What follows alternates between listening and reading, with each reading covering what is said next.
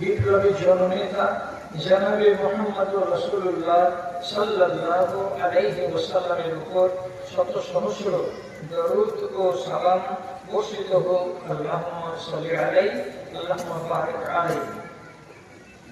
বেরাদান ইসলাম, আমরা আমি শুনলাম যে নমন ঘোষ খেয়ে ফেলেছেন ইফতারিতে। নমন মাংস খাওয়া লোক তো দুটা চারটা হয় না, 1000-2000 লোক হয়। মাংস খাওয়ার বেলা এত দূর, আর মজলিসে আসার বেলা এরকম কেমন হলো? এত কেন অলসতা? আগে থেকে আপনাদেরকে বলা হয়েছে যে রমজান মাসের দিকে লক্ষ্য রেখে বেশি সময় নিয়ে দীর্ঘ আলোচনা করা হবে না। তার মানে 12টা কাজ করবে না, তার আগে আগেই আপনাদেরকে বিদায় দিয়ে দেওয়া হবে। তারপরেও যে সংখ্যা আপনারা এসেছেন সন্তোষজনক নয়। তথাপি আমার দায়িত্ব হলো 3 জন থাকলেও ওই একই কথা বলা, 300 জন থাকলে সেই একই কথা বলা। আমি বলছি, আপনারা আল্লাহর হস্তে একটু কথার দিকে খেয়াল করুন। কথাগুলোকে শুধু শুনে নিবেন, আপনি এখান থেকে বাড়ি চলে যাবেন, এগুলো আড়ালে রেখে দেবেন বস্তাবন্দি করে। তার জন্য আমি বলি না। আমি একটা আয়াত আপনাদের সামনে আজকে আলোচনা করেছি, পূর্ণ আয়াত নয়, সূরা কাফের ভেতরে আছে, শেষ নম্বরে দেখবেন। তার এতটুকুনি অংশতে নিয়েছি, আর বাকি অংশটুকু নিইনি। এই কথাটার উপর দিয়েই আপনাকে কিছু কথা শুনিয়ে নিজেরা এখান থেকে প্রস্থান করবো এবং আপনাকেও এখান থেকে বিদায় জানিয়ে দেব। আল্লাহ তাআলা বলছেন, ওয়াযাক্কির বিল কুরআনি মান ইয়াখাফু ওয়াঈদ।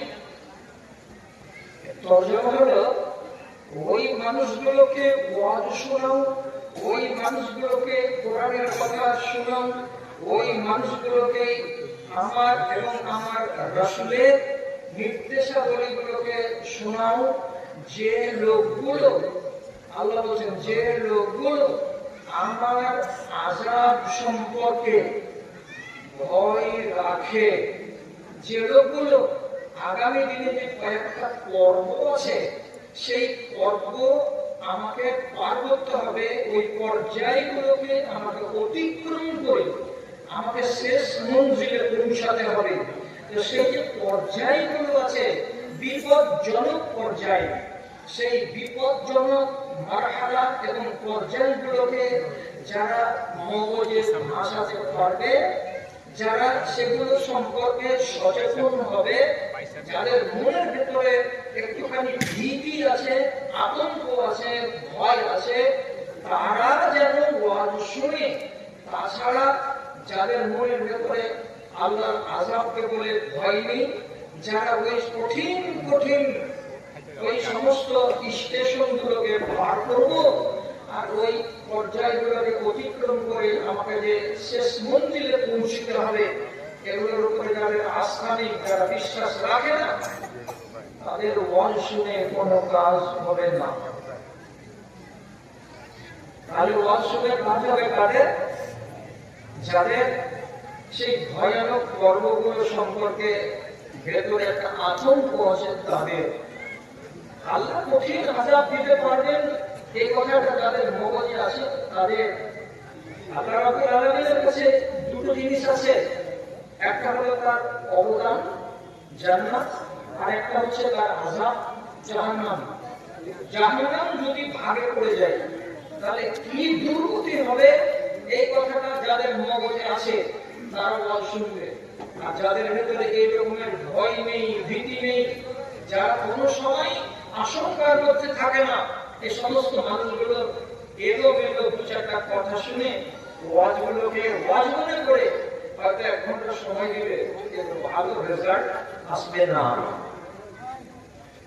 আপনার জীবনে কঠিন কঠিন পর্ব আছে, আপনার মনের ভিতরে বিশ্বাস আছে কিনা এবার আপনি বিসমিল্লাহ করেন।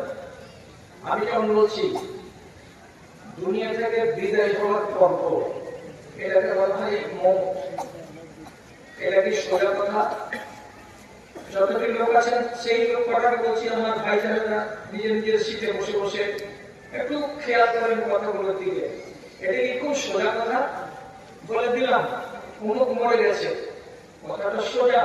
তো যে মরেছে তাকে কি জিজ্ঞেস করার সময় পেয়েছিলাম যে তুমি টেস্টটা কেমন করে করো? এটা কি খুব সুখের জিনিস? এটা কি খুব আনন্দ দিয়ে আপনাকে নিয়ে যাবে? যদি এইটা আনন্দের জিনিস হতো তাহলে আল্লাহ বসতে মগজের তালা খুলুন। রব্বুল আলামিনের নবী মরবার আগে নিজ স্ত্রী আয়েশাকে বলছেন একটা বড় জাম বাটি এনে দাও না, জাম খোড়া করে এনে দাও, তাতে পানি যেন থাকে। রাসূলুল্লাহর কাছে মরণের মুহূর্তে বড় বাটিতে করে ঠান্ডা পানি এনে দেওয়া হলো। যারা এনে দিচ্ছে তারা বুঝতে পারছে না গ্লাসে পানি না নিয়ে তিনি বাটিতে কেন পানি চাইছেন।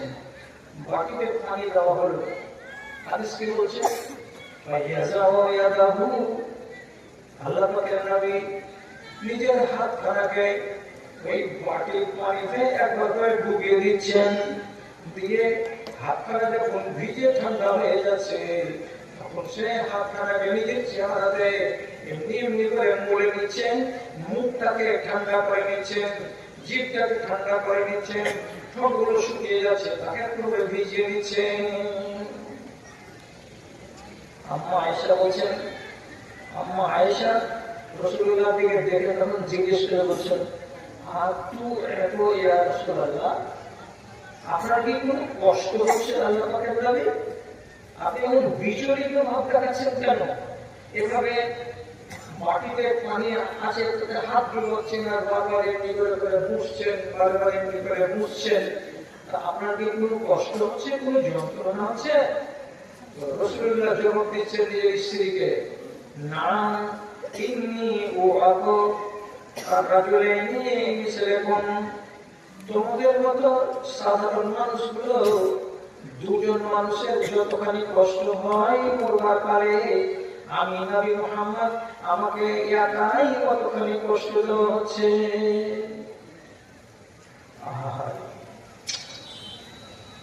রাসূলুল্লাহ নিজে স্বীকার করে বলছেন আমার কষ্ট হচ্ছে।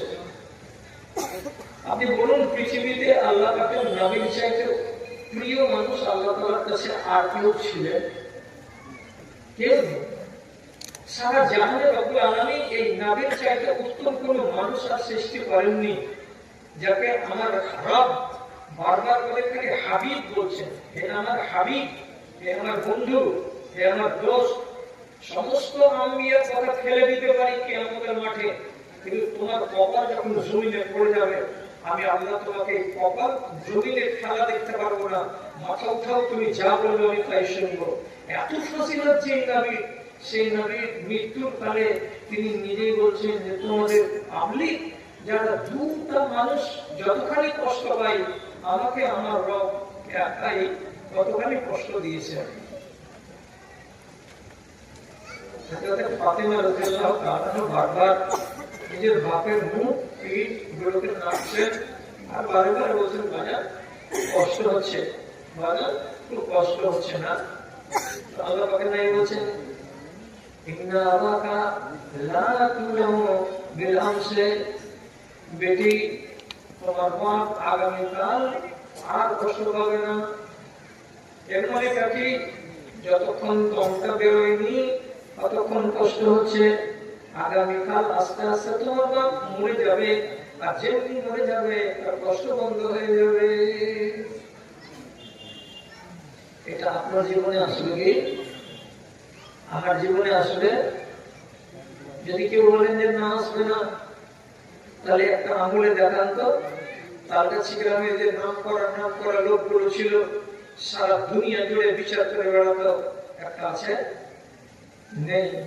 উত্তর মাথার গুলো নেই, দক্ষিণ মাথার গুলো নেই, সব কবরে চলে গেছে। তাহলে আমার কি বাড়ি আসবে না? আমার কি পানা আসবে না?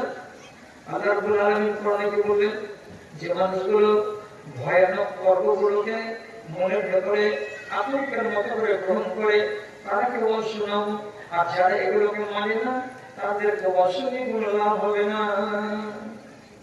কি বৃথাবাদ! আমর ইবনে আস রাদিয়াল্লাহু তাআলা আনহু এক নামি সাহাবী, তিনি যখন ইসলাম কবুল করছেন হাতখানা রাসূল বাড়াচ্ছেন যে আমার হাতে হাত দিয়ে বয়াত করো, তো বয়াত করতে গিয়ে হাতটাকে বাড়িয়ে দিয়েছেন, দেওয়ারটা আবার হাত টেনে নিলেন। রাসূলুল্লাহ বলছেন হাত টেনে নিলে কেন? তখন তিনি বলছেন, আল্লাহ রাসূল, আমার অতীতে অনেকগুলো পাপ আছে, আমি বড় বড় পাপ করেছি, এই পাপগুলো যতক্ষণ আল্লাহ তাআলা আমাকে মাফ না করার কথা দেবেন ততক্ষণ পর্যন্ত আমি বয়াত করব না। নবীজি বলছেন, আল ইসলাম